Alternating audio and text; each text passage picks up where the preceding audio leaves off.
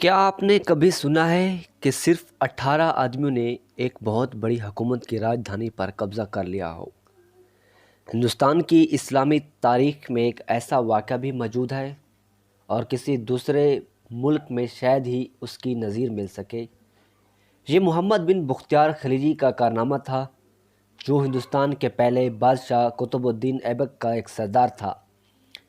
محمد بن بختیار کے کارنامے افسانوں سے بھی زیادہ عجیب ہیں۔ یہ ایک معمولی آدمی تھا۔ پہلے اس نے غزنی میں سپاہی بھرتے ہونے کی کوشش کی مگر کامیاب نہ ہوا۔ پھر دہلی پہنچا، یہاں بھی اسے کوئی جگہ نہ مل سکی تو بدیوں کی طرف چلا گیا۔ اسلامی حکومت کی مشرقی سرحد پر تھوڑی سی زمین مل گئی اور اس نے اپنے طور پر کچھ سوار بھرتی کر لیے۔ 1197 میں 2 سواروں کو لے کر حلہ بول دیا اور تھوڑے ہی دنوں میں پورے علاقے پر قابض ہو گیا۔ قطب الدین اس زمانے میں بادشاہ نہ تھا بلکہ سلطان مہد غوری کی جانب سے نائب السلطنت تھا۔ اسے محمد بن بختیار کے اس کارنامے کا علم ہوا تو اعلیٰ درجے کا خلعت عطا کیا اور اس کو فتح کیے ہوئے علاقے کا حاکم بنا دیا۔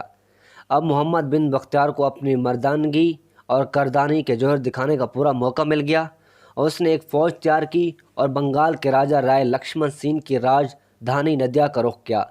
اس کی شہرت پہلے ہی دور دور پھیلی ہوئی تھی۔ نکلا تو اس تیزی سے نکلا کہ ساری فوج پیچھے گئی۔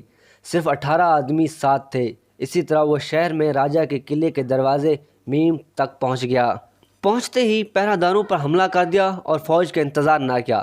اسے یقین تھا کہ ساتھیوں کی تھوڑی تعداد کا خیال کوئی نہ کرے گا، سب یہی سمجھیں گے کہ بہت بڑی فوج لے کر آیا ہے، بے باکانہ لڑ رہا ہے۔ اس کا یہ خیال بالکل درست نکلا۔ راجہ اس وقت کھانا کھا رہا تھا۔ باہر سے لوگوں کی چیخ و پکار کان تک پہنچی تو ہوش باختہ ہو گئے۔ ننگے پاؤں بھاگا۔ سنار گاؤں میں پہنچ کر دم لیا، جو کسی زمانے میں ایک بڑا شہر ہوا کرتا تھا اور اب بھی خاصا مشہور ہے۔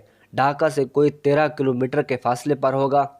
پہلے قدم پر شکست کے بعد راجہ کے لیے کہیں جم کر لڑنے میں کیا صورت تھی۔ تھوڑے ہی دنوں میں محمد بن بختیار بہار کی طرح پورے بنگال پر قابض ہو گیا اور اپنے کارناموں کی ایسی یادگار چھوڑ گیا جو بڑے آدمیوں میں سے بہت تھوڑے انجام دے سکے ہیں۔ اگر ویڈیو اچھی لگی ہے تو کومنٹ سیکشن میں اپنی رائے کا اظہار ضرور کیجیے۔